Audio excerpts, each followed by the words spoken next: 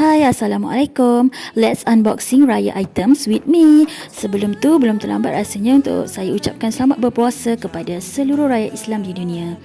Okey, hari ini saya akan unboxing 4 parcel ni yang saya tak buka-buka lagi. Empat parcel ni semua adalah raya items ya, untuk saya guna masa raya nanti. Okey, jom buka parcel yang pertama. Saya ni memang malas nak pakai gunting kalau buka parcel. Saya koyak je terus macam ni. Okey, ini dia barang yang pertama, baju raya. Baju raya for second Aidilfitri. Plastiknya saya malas nak buka, so saya tunjukkan gambar baju rayanya dekat skrin je lah ya. Itu dia. Baju raya untuk first raya belum boleh tunjuk lagi, rahsia. Okey, ini parcel yang kedua pula. Apa agaknya ya?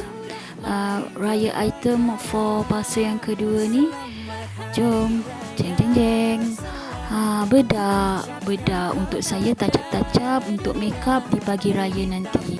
Susah pula nak buka bubble wrapnya ni. Alahai. Nanti je lah buka. Okey, kita teruskan untuk parcel yang ketiga.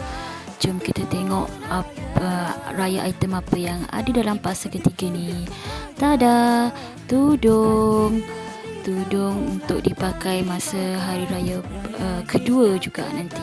Hari raya kedua atau hari raya ketiga. Okey, jom kita buka parcel yang keempat, parcel yang terakhir. Jom kita tengok raya item apa untuk parcel yang terakhir ni. Kita tengok. Susah sikit nak buka parcel yang keempat ni ya. Saya ni memang sejenis yang kurang sabar, so kita koyak-koyakkan je. Jom kita tengok apa di dalam.